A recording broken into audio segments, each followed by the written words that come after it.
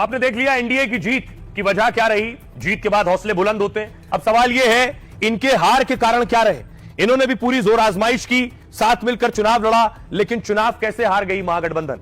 देखिए जरा इनके हार की वजह क्या रही। ये खींचतान, कौन कितने पर लड़ेगा, इसी में लड़ाई होती रही। चुनाव के ऐलान के बाद से ही टकराव बढ़ गया था।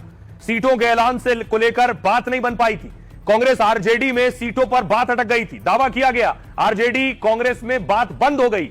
तेजस्वी मुकेश सैनी की भी बात बंद हो गई थी। नॉमिनेशन के पहले तक पिक्चर साफ नहीं हो पाई। दर्जन भर सीटों पर फ्रेंडली फाइट की नौबत आ गई।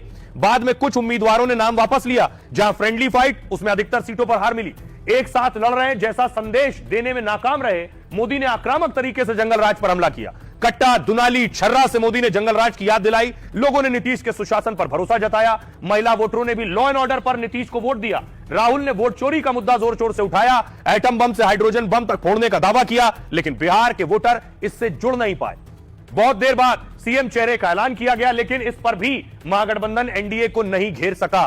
2020 में चिराग ने अकेले चुनाव लड़ा था। जेडीयू के खिलाफ चिराग ने उम्मीदवार उतारे थे। इससे नीतीश की पार्टी को तगड़ा झटका लगा था। तब जेडीयू को सिर्फ 43 सीटें मिली थी। वो आरजेडी बीजेपी के बाद तीसरे नंबर पर थी। इस बार चिराग एनडीए के साथ थे। इसका फायदा चिराग के साथ जेडीयू को भी मिला। चिराग की पार्टी ने 29 में 19 सीटों पर जीत दर्ज की है, जबकि जेडीयू को पिछली बार से 41 सीटें ज्यादा मिली। इस वजह से एनडीए का आंकड़ा में 200 तक पहुंच गया है। 2020 में चिराग के अलग लड़ने का फायदा आरजेडी को हुआ था। जहां जेडीयू से सीधी लड़ाई थी, वहां चिराग ने वोट काटे थे। इस तरह उस सीट पर आरजेडी की जीत हो गई थी। इस बार जेडीयू के खाते में चिराग के वोटर जुड़ गए।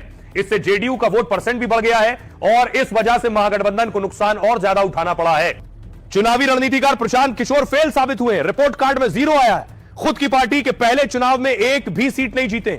जनसुराज का बिहार में खाता तक नहीं खुल सका, जबकि कहा जा रहा था कि पीके गेम चेंजर हो सकते हैं। कुछ विशेषज्ञ पीके को त्रिकोणीय मुकाबले में मान रहे थे। चुनाव से पहले यात्रा करके वो भी दावेदारी कर रहे थे। पीके ने कहा था वो या तो अर्श पर होंगे या फिर फर्श पर होंगे, यानी या तो जनसुराज 150 सीटें जीतेगी या फिर 10 से भी कम।